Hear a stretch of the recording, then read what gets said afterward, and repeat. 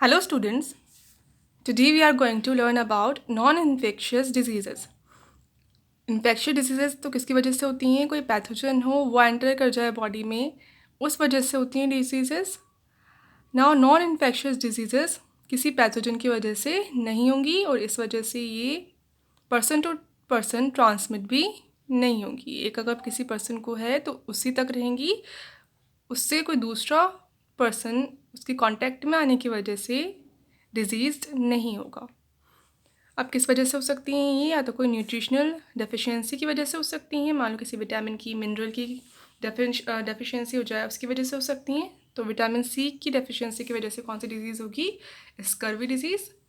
Other कोई mail functioning हो जाए, ऑर्गन कोई अच्छे से फंक्शन नहीं कर पाए किसी रीज़न से, तो उसकी वजह से होंगी. लाइक कैंसर है या हार्ट डिजीज़ जो हैं, किडनी फेलर है, कोई भी अगर ऑर्गन है वो अच्छे से फंक्शन नहीं कर पाया उसकी वजह से जो डिजीज़ हों वो भी कैसी होंगी? नॉन इन्फेक्शियस होंगी. अब मेजर डिजीज़ कौन सी है? कैंसर.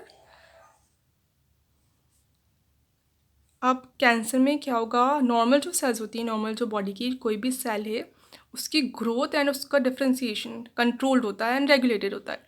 ये पूरा जो प्रोसेस है कि सेल कितनी ग्रो करेगी या डिफ्रेंशिएट होकर कौन सी सेल बनाएगी आगे, ये पूरा प्रोसेस जीन्स के थ्रू कंट्रोल्ड रहता है, रेगुलेटेड रहता है. और नॉर्मल जो सेल्स होती हैं वो एक स्पेशल प्रॉपर्टी शो करती हैं जिसको कहते हैं कॉन्टैक्ट इनहिबिशन.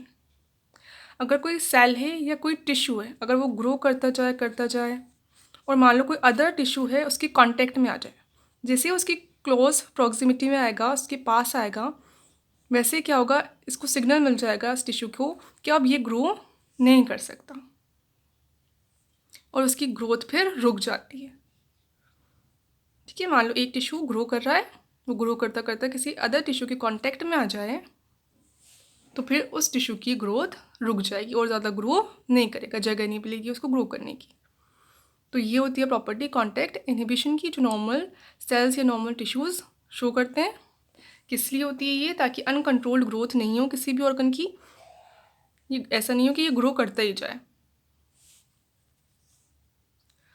अब कुछ सेल्स में अगर ये जो प्रॉपर्टी है वो प्रॉपर्टी किसी रीज़न से रुक जाए, लाइक कैंसरियस जो सेल्स होती हैं उनमें वो ये प्रॉपर्टी शो नहीं करती, उनमें जो सेल्स हैं वो डिवाइड हो जाएंगी, ग्रो कर जाएंगी और जो टिश्यू है वो साइज़ में बढ़ता ही रहेगा. अब भले ही वो किसी अदर टिश्यू के कांटेक्ट में भी आ जाए फिर भी उसकी ग्रोथ रुकेगी नहीं और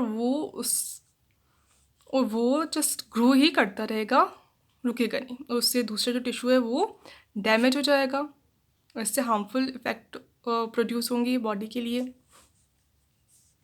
तो कैंसरियस सेल्स जो होती हैं वो प्रॉपर्टी शो नहीं करेंगी, कंटिन्यू करती हैं डिवाइड करना और एक मास बना लेती हैं सेल का. सेल ग्रो करती जाएगी और क्या बन जाएगा? एक सेल मास बन जाएगा जिसको क्या कहेंगे फिर? ट्यूमर या नियोप्लाज्म. ठीक है, तो पूरा टिश्यू भी शो कर सकता है या कोई एक पर्टिकुलर सेल है, सेल और सेल के बीच में भी क्या होता है? इंट्रासेल्युलर स्पेस होता है और सेल पे कितना ग्रो कर पाती है इसकी जस्ट पास तक आ जाएगी, इसके कॉन्टेक्ट में आ जाएगी तो ग्रो करना बंद कर देगी. बट अगर ये ग्रो करना नहीं बंद करे, वो बस ग्रो करते ही जाए, तब उसको क्या कहेंगे कि उसमें कॉन्टैक्ट इनहिबिशन की प्रॉपर्टी नहीं है. फिर वो सेल्स कौन सी होंगी? ट्यूमर सेल्स होंगी. और टिश्यू क्या होगा फिर? वो ट्यूमर या नियोप्लाज्म. अब ट्यूमर अनकंट्रोल्ड सेल डिवीजन की, सेल ग्रोथ की वजह से बन जाता है एक मास. अनऑर्गेनाइज्ड होता है, कोई उसका प्रॉपर फंक्शन नहीं होता, कोई प्रॉपर ऑर्गन नहीं बनाता. वो उसका फंक्शन क्या होगा? सिर्फ डिवाइड करने का. सिर्फ वो क्या करेगा? डिवाइड करेगा, अपने साइज़ को इंक्रीज़ करता जाएगा, कोई अदर यूज़फुल फंक्शन शो नहीं करेगा बॉडी के लिए. अब क्या होता है? ये कैंसर जो ट्यूमर्स होते हैं, ट्यूमर्स टिश्यूज़, ये कितने टाइप के होते हैं फिर? 2 टाइप के हो सकते हैं, benign tumours and malignant tumours. जो बिनाइन ट्यूमर्स हैं ये कैसे होते हैं? जिस जगह पर हैं उसी जगह पर लोकेटेड रहते हैं. मान लो एक पार्ट में बन गए बॉडी के, तो वो उसकी टिश्यू की सेल्स उसी जगह पर रहेंगी, किसी और बॉडी पार्ट तक माइग्रेट नहीं करेंगी. उनका साइज़ भी फिर एक लिमिटेड, लाइक नॉर्मल साइज से तो बढ़ेगा ही, ट्यूमर तो बनेगा ही, बट फिर ऐसा नहीं होगा कि बहुत ज़्यादा बढ़ता ही जाए. एक लिमिट पर आकर ये स्टॉप हो जाती है इसकी ग्रोथ और इससे बॉडी को डैमेज फिर कम होता है. अब जो मैलिग्नेंट ट्यूमर्स होते हैं इनमें क्या होगा, इनकी सेल्स जो होती हैं एक तो कंपैरेटिवली ज़्यादा फास्ट रेट पे ग्रो करती हैं और फिर इसकी सेल्स माइग्रेट कर जाती हैं, इस टिश्यू में से कुछ सेल्स माइग्रेट कर जाती हैं किसी अदर बॉडी पार्ट तक और फिर वहाँ पे जाकर भी क्या कर देती हैं ये, फिर दोबारा से डिवीजन स्टार्ट कर देती हैं, ग्रोथ स्टार्ट करती हैं, दूसरी जगह पर भी ट्यूमर फॉर्म हो जाता है। अगर एक जगह पर ट्यूमर बन गया और उसकी सेल्स फिर ब्लड के थ्रू या किसी भी मीडियम के थ्रू ट्रांसपोर्ट कर गई दूसरे बॉडी पार्ट में, तो वहाँ पे जाके भी वो सेल्स क्या करती हैं, फिर अगेन डिवाइड एंड ग्रोथ के थ्रू साइज़ में जो टिश्यू है साइज़ में इंक्रीज़ करती जाती हैं, नंबर में इंक्रीज़ करती जाती हैं और वहाँ पे भी फिर ट्यूमर फॉर्म हो जाता है। इसको क्या कहते हैं, फिर ये जो प्रोसेस है माइग्रेट करने को एंड दूसरा जगह पे जाके अगेन ट्यूमर फॉर्म करने का जो पूरा प्रोसेस है इसको क्या कहेंगे, मेटास्टेसिस। तो जो मैलिग्नेंट ट्यूमर है वो क्या शो करता है, मेटास्टेसिस शो करता है। तो इसी कंडीशन को क्या कहेंगे, कैंसर कहेंगे। जो ट्यूमर जो जनरल है बिनाइन ट्यूमर ये कैंसर कॉज नहीं करता, जो मैलिग्नेंट ट्यूमर है ये कैंसर कॉज करता है। तो कैंसर की प्रॉपर्टी क्या होती है कि ये स्प्रेड होता है पूरी बॉडी में, बॉडी पार्ट में स्प्रेड हो सकता है, यानी वही एक जगह से दूसरी जगह पे जाके वहाँ पे भी सेल्स फिर अगेन ट्यूमर फॉर्म कर लेती हैं, मेटास्टेसिस शो करता है। अब क्या डिफरेंस है, और बिनाइन ट्यूमर होते हैं नॉन कैंसरियस, कैंसर जो डिजीज़ है वो कॉज नहीं करते, और जो मैलिग्नेंट है वो कैंसर डिजीज़ कॉज करते हैं। मेटास्टेसिस शो नहीं करते, जिस जगह पर हैं वहीं पर रहते हैं थ्रू आउट द लाइफ, और ये क्या करते हैं, मेटास्टेसिस शो करते हैं और दूसरे बॉडी पार्ट को भी इन्वेड कर देते हैं, वहाँ पे भी चले जाते हैं। Stops growth after reaching a certain size, एक सर्टन साइज तक पहुँच कर ये ग्रोथ बंद कर देते हैं और ये इनडेफिनिट ग्रोथ होती है, इनकी ग्रो करते ही जाते हैं, लाइफ टाइम ग्रो करेंगी। Limited adherence occurs among cell, यानी सेल्स जो हैं इसकी इनमें थोड़ी तो अडेशन की प्रॉपर्टी होती है, यानी अटैच्ड रहती हैं ये सेल्स लूजली, टिश्यू में जो सेल्स हैं वो आपस में थोड़ी अटैच्ड रहती हैं, तो वो माइग्रेट नहीं करती हैं, फिर एक साथ ही रहती हैं। इसमें अडेरेंस की प्रॉपर्टी नहीं होती, जो सेल्स हैं वो स्लिप कर जाती हैं और दूसरे बॉडी ऑर्गन तक चली जाती हैं ब्लड सर्कुलेशन के थ्रू। लेस फेटल होता है ये, कम लीथल हार्मफुल होता है, ये ज़्यादा लीथल होता है, हार्मफुल होता है बॉडी के लिए। तो जो मैलिग्नेंट ट्यूमर है इसकी वजह से क्या होगा, कैंसर होगा। अब causes of types of cancer, अब कैंसर की टाइप्स क्या क्या होते हैं, तो मेनली 4 बेसिक टाइप्स होते हैं कैंसर के, carcinoma, melanoma, sarcoma, leukaemia and lymphoma. अब कार्सिनोमा जो है वो स्किन कैंसर है, मेलानोमा भी स्किन कैंसर है। कार्सिनोमा पर कौन सी लेयर में होगा, जो एपिथेलियल टिश्यू है स्किन का, जो अपर लेयर है उसकी सेल्स में अगर हो जाए तब उसको क्या कहेंगे, कार्सिनोमा। ठीक है, एग्जाम्पल जो कॉमन स्किन कैंसर है वो। मेलानोमा पर स्पेशल टाइप का स्किन कैंसर होता है जो किन सेल्स में होता है, मेलानोसाइट्स में। स्किन की जो पिगमेंट सेल्स होती हैं इनके अंदर मेलानिन पिगमेंट प्रेजेंट होता है, उन सेल्स में अगर हो जाए कैंसर तब उसको कहेंगे melanoma. Sarcoma, it is cancer of mesodermal tissue. अब मेसोडर्म से ओरिजिनेटेड जितने भी ऑर्गन हैं बॉडी के और जो भी ऑर्गन्स हैं वो 3 लेयर से डेवलप होंगे, या तो एक्टोडर्म से होंगे, मेसोडर्म से होंगे या फिर एंडोडर्म से होंगे। तो जो स्किन है या नर्वस सिस्टम है वो किससे डेवलप होता है, एक्टोडर्म से डेवलप होता है, और एलिमेंट्री कैनाल है वो किससे डेवलप होती है, एंडोडर्म से डेवलप होती है। इसके अलावा जो भी ऑर्गन्स बन गए मोस्टली वो किससे डेवलप होते हैं, मेसोडर्म से ही डेवलप होते हैं। तो हार्ट है, किडनी है, लंग्स हैं, कोई भी इंटरनल ऑर्गन है, सब किससे डेवलप होंगे, मेसोडर्म से। अगर इनमें अब कैंसर हो जाए तब उसको क्या कहेंगे, फिर सबको सार्कोमा कहेंगे। अब ल्यूकेमिया एंड लिम्फोमा, जो ब्लड सेल्स होती हैं मेनली WBC, उनका जो कैंसर है उसको क्या कहते हैं, ल्यूकेमिया या फिर लिम्फोमा। ल्यूकेमिया अगर कैंसर कहाँ पे हो, ब्लड में जो सेल्स प्रेजेंट हैं या बोन मेरो में जो सेल्स प्रेजेंट है, ब्लड सेल्स प्रेजेंट हैं, उनमें अगर होगा तब उसको क्या कहेंगे, ल्यूकेमिया। अगर आप लिम्फेटिक सिस्टम में, लिम्फ नोड्स में, लिम्फ वेसल्स में जो ब्लड सेल्स प्रेजेंट हैं अगर वहाँ पे हो जाए तब उसको क्या कहेंगे, लिम्फोमा कहेंगे। हो तो सेम टाइप के सेल्स में रहा है, मोस्टली WBC में ही होता है, पर लोकेशन अलग अलग है। अगर वो कहाँ पर है, ब्लड में या बोन मेरो में प्रेजेंट है, सर्कुलेटरी सिस्टम में, जो मेन ब्लड सर्कुलेटरी सिस्टम है वहाँ पे प्रेजेंट है, ब्लड वेसल्स में, हार्ट के अंदर जो ब्लड है उसमें, या बोन मेरो में, तब तो उसको क्या कहेंगे, ल्यूकेमिया। अगर वो कहाँ हो, लिम्फ वेसल्स में, लिम्फेटिक सिस्टम में हो, तब उसको क्या कहेंगे, लिम्फोमा। नाउ कैंसर कॉजिंग जो एजेंट्स हैं उनको क्या कहेंगे, कार्सिनोजेंस। ऐसा कोई भी रीज़न, कोई भी एजेंट जो क्या कॉज कर रहा है, कैंसर कॉज कर रहा है बॉडी में, उसको क्या कहेंगे, कार्सिनोजन। आप कितने टाइप के हो सकते हैं, ये फिजिकल हो सकते हैं, केमिकल एजेंट्स हो सकते हैं, या फिर बायोलॉजिकल हो सकते हैं। फिजिकल में तो कौन आ जाएंगे, रेडिएशन आ जाएंगी, एक्स रेज हैं, वाई रेज हैं, दोनों कैसी हो, और नॉन वाई तो कैसी हैं, आयोनाइजिंग है, X rays and gamma rays. Types होते हैं रेज के, कितने टाइप्स होते हैं, ionising and non ionizing.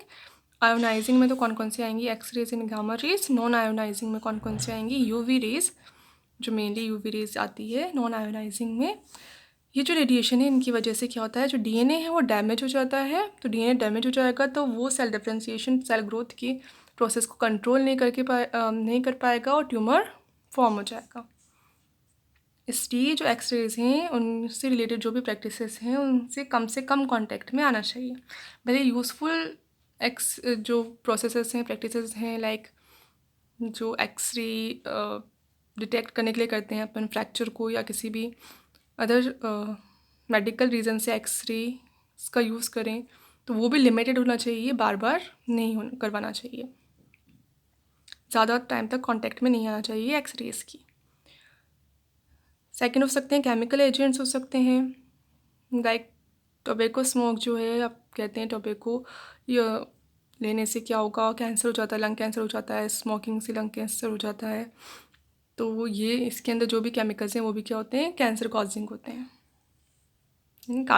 Carcinogens होते हैं। बेंजीन फ्यूम्स जो हैं ये भी क्या होती हैं, कार्सिनोजन होती हैं। अब बायोलॉजिकल एजेंट्स, ऑन्कोजेनिक वायरसेस होते हैं। अगर कुछ वायरसेस होते हैं जिनमें क्या प्रेजेंट होता है, स्पेशल जीन प्रेजेंट होता है जिसको क्या कहते हैं, ऑन्कोजीन कहते हैं। अगर ये वायरस बॉडी में एंटर कर जाए, किसी सेल में एंटर कर जाए, तो फिर क्या करते हैं, ये इसके जो जीन्स होते हैं वो उस सेल को डिवाइड करने के लिए इंड्यूस करते हैं, और क्या फॉर्म हो जाता है, ट्यूमर फॉर्म हो जाता है, कैंसर कॉज कर देते हैं। ठीक है, तो वायरसेस में ये जीन्स प्रेजेंट होते हैं, या फिर ये जीन्स किसी ऑर्गेनिज्म की सेल्स में भी प्रेजेंट हो सकते हैं, तो उनको क्या कहेंगे तब, सेल्यूलर ऑन्कोजीन। तो सेम ऑन्कोजीन का फंक्शन क्या है, कैंसर कॉज करना। अब ये ऑन्कोजीन कहाँ पे प्रेजेंट हो सकते हैं, या तो किसी वायरस में प्रेजेंट हो सकते हैं, तब उनको कहेंगे वायरल ऑन्कोजीन्स, या फिर किसी सेल के अंदर प्रेजेंट हो सकते हैं किसी ऑर्गेनिज्म की, तब उसको कहेंगे ऑन्कोजीन। अगर वायरस के अंदर प्रेजेंट है और वायरस पे सेल के अंदर एंटर कर जाए, तो वो सेल को ट्यूमर प्रोड्यूस करने के लिए इंड्यूस करेगा। और अगर कोई सेलुलर ऑन्कोजीन पहले से ही जो सेल के अंदर प्रेजेंट है, पर वो कैसा है, इनएक्टिवेटेड है, अगर वो किसी रीज़न से एक्टिव हो जाए, तब वो फिर क्या कर देगा, ट्यूमर प्रोड्यूस कर देगा, कैंसर कॉज करेगा। और क्या कहते हैं, सेलुलर ऑन्कोजीन को प्रोटो ऑन्कोजीन भी कहते हैं। तो नॉर्मली तो ये क्या रहते हैं, इनएक्टिव रहते हैं, बट अगर किसी रीज़न की वजह से ये एक्टिव हो जाए तो फिर ट्यूमर कॉज करते हैं। Now cancer detection and diagnosis. अब अपन कैंसर को डिटेक्ट कैसे करेंगे, डायग्नोस कैसे करेंगे कि किसी इंडिविजुअल को कैंसर है या फिर नहीं है। कैसे कर सकते हैं, blood and bone marrow test कर सकते हैं, जिसमें अगर WBC का या अदर कोई भी ब्लड सेल है उसका नंबर इंक्रीज़ हो जाए, तो फिर अपन को पता चल जाएगा कि कौन सी डिजीज़ हुई है, ल्यूकेमिया हुआ है। तो ल्यूकेमिया को आइडेंटिफाई करने के लिए क्या कर सकते हैं, अपन ब्लड सैंपल लेके या बोन मेरो से सैंपल लेके उसमें सेल काउंट कर सकते हैं कि सेल का नंबर कितना है। तो अगर नॉर्मल रेंज में ही आ रहा है नंबर, तब तो वो डिज़ीज़ नहीं है। अगर कैसा है नंबर, बहुत ज़्यादा बड़ा हुआ आए, यानी उसको कौन सी डिज़ीज़ है, फिर ल्यूकेमिया डिज़ीज़ है। बायोप्सी कर सकते हैं, कोई भी बॉडी का पार्ट है जो अपन को लग रहा है कि यहाँ पे कैंसर हो सकता है, तो वहाँ से छोटा सा टिश्यू का पीस लेके उसको थिन सेक्शंस में कट कर देते हैं, बहुत थिन सेक्शंस में उसको कट करके फिर स्टेन कर देते हैं, ताकि क्लियरली अपन को दिख जाए जो भी ऑर्गेनल या सेल्स हैं। फिर उसको माइक्रोस्कोप से स्टडी करते हैं, अगर सेल का नंबर इंक्रीज है यानी कौन सी डिजीज़ होगी, कैंसर होगा, अदरवाइज नहीं होगा। रेडियोग्राफी में एक्सरेज का यूज़ करते हैं। इंटरनल ऑर्गन में अगर कोई है, एक्सटर्नल ऑर्गन में या स्किन में है तब तो बायोप्सी कर सकते हैं इजीली, टिश्यू का पार्ट लेके चेक कर सकते हैं। बाकी अगर कोई इंटरनल ऑर्गन में है, कौन सा है, सार्कोमा अगर है मेसोडर्मल टिश्यू से रिलेटेड, तब कौन क्या करेंगे, फिर रेडियोग्राफी करते हैं, एक्सरेज का यूज़ करते हैं, जिससे पता चल जाता है इंटरनल ऑर्गन में कैंसर है या फिर नहीं है। कंप्यूटेड टोमोग्राफी सीटी, इसमें भी क्या करते हैं, एक्सरेज का ही यूज़ करते हैं, बस डिफरेंस क्या होता है, इससे जो इमेज फॉर्म होती है वो होती है 3D। एक्सरे से तो 2D ही फॉर्म होती है, रेडियोग्राफी से तो वो 2D ही फॉर्म होगी, कंप्यूटेड टोमोग्राफी से 3D इमेज फॉर्म हो जाती है उस इंटरनल ऑर्गन की। मैग्नेटिक रेजोनेंस इमेजिंग MRI में क्या करते हैं, नॉन आयोनाइजिंग रेडिएशंस का यूज़ करते हैं, प्लस साथ में magnetic field, strong magnetic fields का भी यूज़ करते हैं डिटेक्ट करने के लिए चेंजेस। अगर मान लो कोई लिविंग टिश्यू में चेंज आ रहा है, कोई भी इंटरनल टिश्यू में चेंज आ रहा है, तो उसको डिटेक्ट करने के लिए MRI का यूज़ करते हैं, तो फिर उससे कैंसर का भी पता लगाया जा सकता है। Monoclonal antibodies against cancer specific antigen. अब अगर किसी टिश्यू में, ऑर्गन में कैंसर है तो उसमें एंटीजन स्पेशल प्रेजेंट होते हैं। अगर उसका सैंपल लेके ब्लड में एंटीजन्स प्रेजेंट होते हैं, अगर कैंसर है तो उस ब्लड सैंपल को लेके जिसमें एंटीजन प्रेजेंट है उसमें एंटीबॉडीज़ ऐड कर देते हैं, स्पेसिफिक मोनोक्लोनल एक जैसी एंटीबॉडीज़ ऐड कर देते हैं। अगर अब एंटीबॉडीज़ क्या करती हैं, एंटीजन से बाइंड करने की कैपेसिटी रखती हैं, तो अगर एंटीबॉडीज़ बाइंड कर जाए यानी उसके अंदर जो सैंपल है उसके अंदर एंटीजन प्रेजेंट है यानी उस इंडिविजुअल को कौन सी डिजीज़ है, फिर कैंसर है, क्योंकि कौन सा एंटीजन है वो कैंसर स्पेसिफिक। और अगर ये एंटीबॉडीज़ बाइंड नहीं करेंगी, इसका मतलब एंटीजन एब्सेंट है, और एंटीजन एब्सेंट है यानी उससे कैंसर नहीं है, तो एंटीबॉडीज़ का यूज़ भी कर सकते हैं। नाउ ट्रीटमेंट ऑफ कैंसर की ट्रीटमेंट, अभी कोई परफेक्ट जो ट्रीटमेंट है वो नहीं आई है, पर क्या क्या ट्रीटमेंट होती हैं जो कर सकते हैं। सर्जरी से क्या करते हैं, जो ट्यूमर है उसको रिमूव कर देते हैं, पर ये उतना ज़्यादा इफेक्टिव नहीं है, क्योंकि एक बार रिमूव करने के बाद ट्यूमर क्या करता है, दोबारा से ग्रो कर सकता है। रेडियोथेरेपी में क्या करेंगे, जिस टिश्यू, जो भी ट्यूमर के सेल्स हैं उसको इरेडिएट करते हैं, यानी उस पर रेडिएशन डालते हैं अपन बहुत ज़्यादा लीथल डोजेस में, यानी बहुत ही ज़्यादा डोज में क्या करते हैं, जो ट्यूमर सेल्स है उसको इरेडिएट करते हैं, जिसकी वजह से ट्यूमर सेल्स की डेथ हो जाती है। और इसके लिए क्या है, प्रिकॉशंस लेनी होती हैं कि जो सराउंडिंग टिश्यू है ट्यूमर के अलावा वो अफेक्ट नहीं हो, सिर्फ डोज कहाँ जाए, ट्यूमर सेल्स पर ही जाए, और अदर जो भी पास के सराउंडिंग जो भी नॉर्मल टिश्यूज़ हैं वो उस रेडिएशन से अफेक्ट नहीं होने, तो उनकी भी डेथ हो जाएगी, भी बॉडी फंक्शन अच्छे से नहीं कर पाएगी। कीमोथेरेपी में ड्रग्स होते हैं, मेडिसिन्स होती हैं जिनको देते हैं, जिनकी हेल्प से कैंसर सेल्स को अपन किल कर सकते हैं, पर इसके बहुत ज़्यादा साइड इफ़ेक्ट होते हैं, लाइक हेयर लॉस है, एनीमिया हो जाता है, तो इसके बहुत ज़्यादा साइड इफ़ेक्ट्स होते हैं। इम्यूनोथेरेपी में स्पेशल एंटीबॉडीज़ होते हैं, इंटरफेरोन्स होते हैं, इनका यूज़ करते हैं। इसके क्या करते हैं, जो अपना इम्यूनिटी सिस्टम है इसको एक्टिवेट कर देते हैं इंटरफेरोन्स, और फिर अपना खुद का इम्यूनिटी सिस्टम उन ट्यूमर्स को डिस्ट्रॉय कर देता है।